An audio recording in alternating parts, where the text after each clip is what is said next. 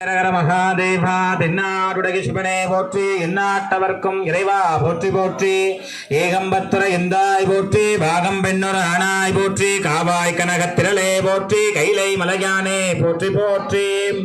எல்லா பக்தர்களுக்கும் இந்த மாலை பிரதோஷ வேளையில் வணக்கம் தெரிவிச்சுக்கிறோம். அதாவது பார்த்தீங்கன்னா நமக்கு அடுத்தது வந்து தை அமாவாசை, புதன்கிழமை தை அமாவாசை.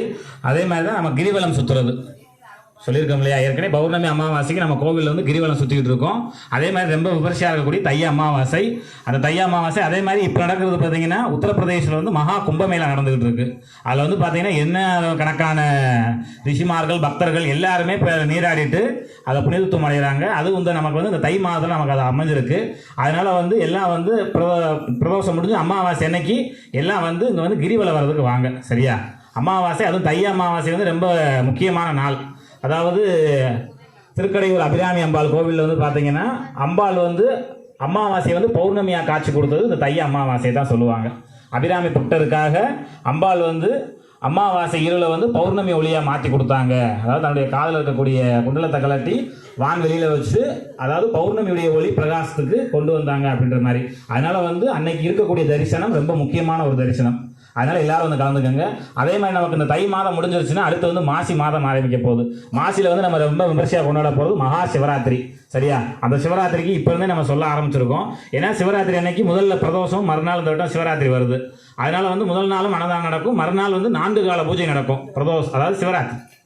அதாவது மொத்தம் வந்து பார்த்தீங்கன்னா 4 காலம். உச்சி காலத்தில் நமக்கு இரவு 8 மணிக்கு மேலே வந்து ஆரம்பித்து விடிய காலம் 6 மணி வரைக்கும் நமக்கு பூஜை நடந்துக்கிட்டு இருக்கும். அப்போ அந்தந்த டயத்துக்கு அதாவது பிரசாதமும் அதே மாதிரி அவருக்கு அபிஷேக பொருட்கள், அலங்கார பொருட்கள், அதாவது இந்த வஸ்திரம் இந்த டயத்தில் உடுத்தணும், அதே மாதிரி அவருக்கு அந்த மாலை உடுத்தணும், அதே மாதிரி இந்தந்த நெய்வேத்தியம் பண்ணணும் அப்படின்னு சொல்லி அது பூராமே நடக்கும். அதனால் விருப்பப்படுறவங்க எல்லாமே இப்போ இருந்து நீங்கள் அவங்களுக்கு தெரிஞ்சவங்களுக்கு நீங்கள் சொல்லலாம். நீங்களும் வந்து இப்போ அன்னதானத்துக்கு எது உதவி பண்ணலாம். சரியா, எல்லாரும் அதில் வந்து தவறாமல் கலந்துக்குங்க. அமாவாசைக்கு கண்டிப்பாக வந்துடுங்க, பௌர்ணமிக்கு கண்டிப்பாக வந்துடுங்க. சரியா, அதே மாதிரி அடுத்து தையில் வந்து தைப்பூசமாக தான் பௌர்ணமி வரும். அன்னைக்கு வந்தீங்கன்னா அன்னைக்கு சிவபெருமானுக்கு சிறப்பு அபிஷேகம் நடக்கும். கிரிவலம் வர்றது கண்டிப்பாக நடக்கும். எல்லாரும் வந்து கிரிவலத்தில் வந்து கலந்துக்குங்க.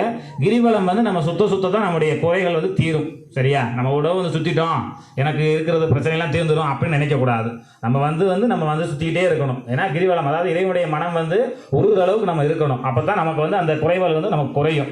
அதனால் வந்து உடவு வந்தோம் சுற்றினோம் எங்களுக்கு தான் ஆயிடுச்சு அப்படின்னு நினைக்கவே கூடாது. உங்களால் எப்படி வந்துக்கிட்டே இருக்க முடியுமோ.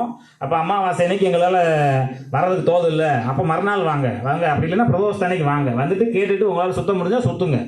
அதனால அந்த அமாவாசை பௌர்ணமியை வந்து ரொம்ப கொஞ்சம் கடைபிடிங்க. சரியா, ஏன்னா நமக்கு வந்து அமைஞ்சிருக்கிறது இந்த மலைப்பாங்கான இடத்துல அமைஞ்சிருக்கு ஒரு கோவில். சரியா, ஏன்னா கிரிவலம் வரக்கூடிய சிவதலமாக நமக்கு இங்கே அமைஞ்சிருக்கு. மற்ற எங்கேயுமே நீங்கள் இந்த சரௌண்டிங்கில் எங்கேயும் பார்த்தீங்கன்னா உங்களுக்கு கிடையாது. கிரிவலமாக அதாவது மலை சார்ந்து இடத்தோடு அமைஞ்சிருக்கக்கூடிய ஸ்தலம் இங்கே எதுவுமே இல்லை.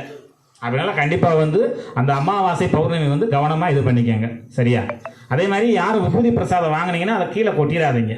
ஏன்னா விபூதி பிரசாதம் வந்து ரொம்ப முக்கியமானது.